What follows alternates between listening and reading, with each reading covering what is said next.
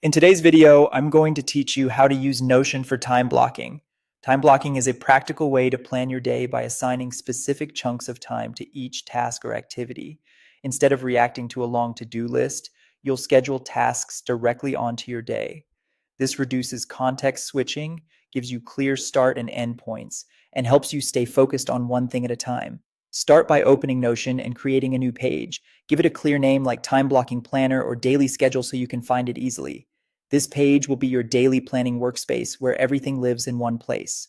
On that page, add a database by typing /table and selecting table full page. Set up these properties: task name as the title, start time and end time as date fields with time enabled, category as a select with options for work, study, personal, and break, and status as a select with planned, in progress, and done.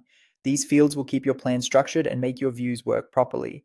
Next, add a new view to visualize your day. Choose timeline if you want to see tasks stretching across hours, or choose calendar for a daily or weekly grid. Make sure the view uses your start time and end time properties so each block appears in the right place and length. Begin by entering your fixed commitments, meetings, classes, and appointments. Getting non-negotiables on the page first gives you an honest picture of how much time you actually have left. Then